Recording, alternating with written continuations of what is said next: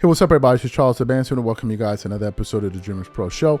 We cover everything from sports, hot topics, classic debates, entertainment, and we give you guys a fresh perspective on things and how we see them. And today we got a hilarious show in store for you guys. Before we get into it, please make sure you like the video and subscribe to the channel. So as you guys know, Paul George just recently signed a 4-year max contract with the Philadelphia 76ers of $200 million. Good for him. But as you also know, Paul George for the last, 4 years had been a Los Angeles Clipper, right? And in those 4 seasons, it was just utter disappointment. They only made one Western Conference Finals, but for the most part, it was a total failure. The partnership between himself and Kawhi Leonard. So throughout the offseason, we were hearing, or towards the end of the playoffs, that Paul George and the Clippers were been negotiating, but they couldn't come to an agreement. Clippers wanted to give Paul George 3 years. Paul George wanted 4 years. And ultimately what ended up happening was the Clippers decided that, look, all we got for you is 3 years, right? And if you're not going to take the 3 years, then my friend, you may have to go ahead and kick those rocks. So that's what Paul George did. He kicked a rock that was worth about $200 million.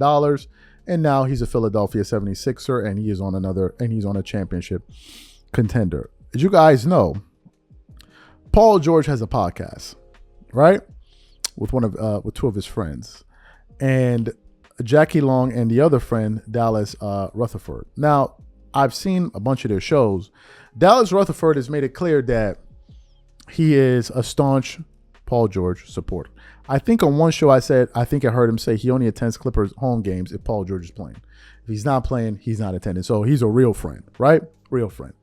Well, it looks like this morning yesterday he decided to take a shot at the Kawhi Leonard and the Clippers.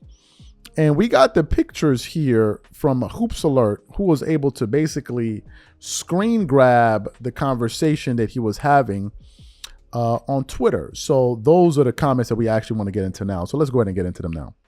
So this is from Hoops Alert, and if you look at the image, it goes, it's a story.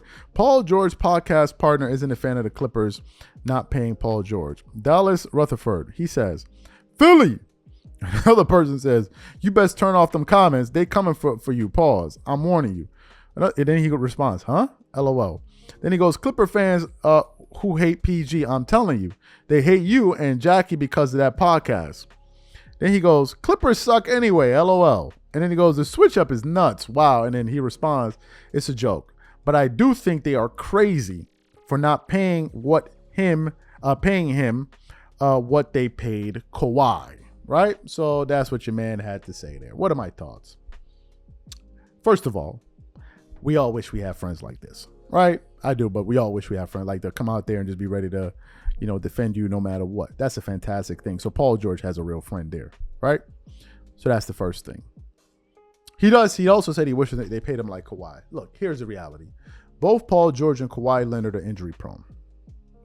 But if they're healthy, 100% healthy, Kawhi is the better player. I don't think anyone disputes that. Even Paul George has said it himself. So Kawhi Leonard being paid more, if we're just looking at it from a talent standpoint, accomplishment standpoint, I think is a no-brainer that the Clippers should pay Kawhi Leonard more money than they paid Paul George. But I get his point. I entirely get his point. To me, I think the Clippers had come to the realization that this group wasn't going to work anymore. I'm also hearing they're going to trade Russell Westbrook. I hope they do, right? I don't think that core players was going to work anymore, and I think the Clippers realize that. I don't see the Clippers winning the championship anytime soon. But at the same hand, I understand Dallas defending his friend because that's what a friend is supposed to do. And Paul George looks to have a good friend in Dallas. So these are my thoughts on that. Y'all let me know what y'all think about it. Whatever you guys think, please leave your thoughts and comments in the comment section. We catch you on the next show. Peace.